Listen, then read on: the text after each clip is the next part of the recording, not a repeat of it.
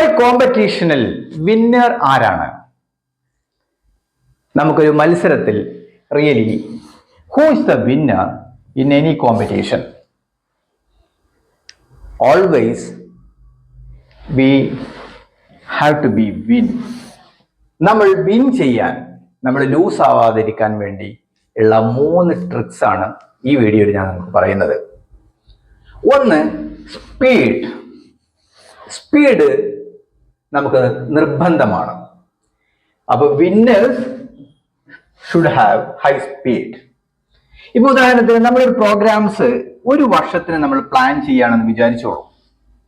ഈ വർഷം നമ്മൾ 3 മാസം കൂടുമ്പോൾ, 6 മാസം കൂടുമ്പോൾ, 9 മാസം കൂടുമ്പോൾ, ഇത് നമ്മൾ ലാസ്റ്റ് 12 മാസം കൂടുമ്പോൾ നമ്മൾ സെറ്റ് ചെയ്തതിനു ശേഷം ആദ്യത്തെ 3 മാസം നമ്മൾ എത്ര സ്പീഡിലാണ് നമ്മൾ പഠിക്കുന്നത്, എത്ര സ്പീഡിലാണ് നമ്മളെ പ്രോഗ്രാംസ് നമ്മൾ റൺ ചെയ്യുന്നത്, അതിനെ ആശ്രയിച്ചിരിക്കും നെക്സ്റ്റ് ക്വാർട്ടറിൻ്റായ 3 മന്ത്സിൽ കിടക്കുന്ന വിജയം.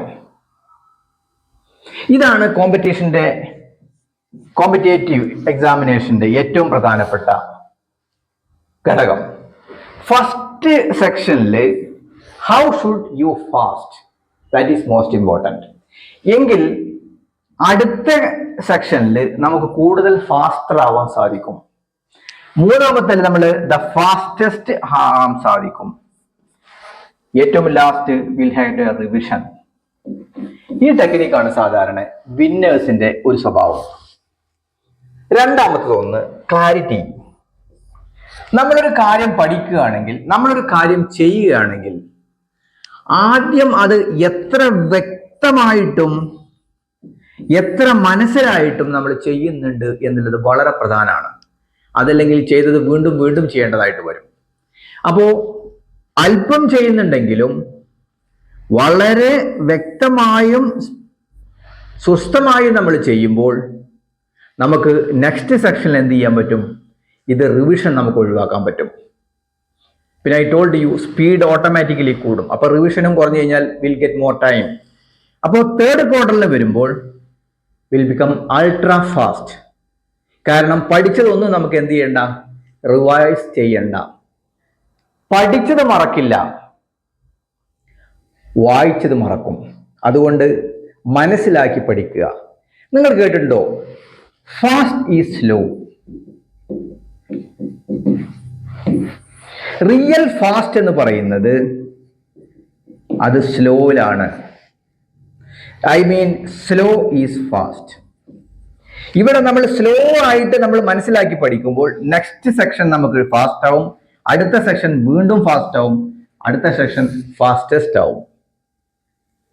ഇവിടെ നമ്മൾ മനസ്സിലാക്കേണ്ടത് ഏറ്റവും മനുഷ്യന്റെ ഒരു കഴിവാണ് മറക്കാനുള്ള കഴിവ്.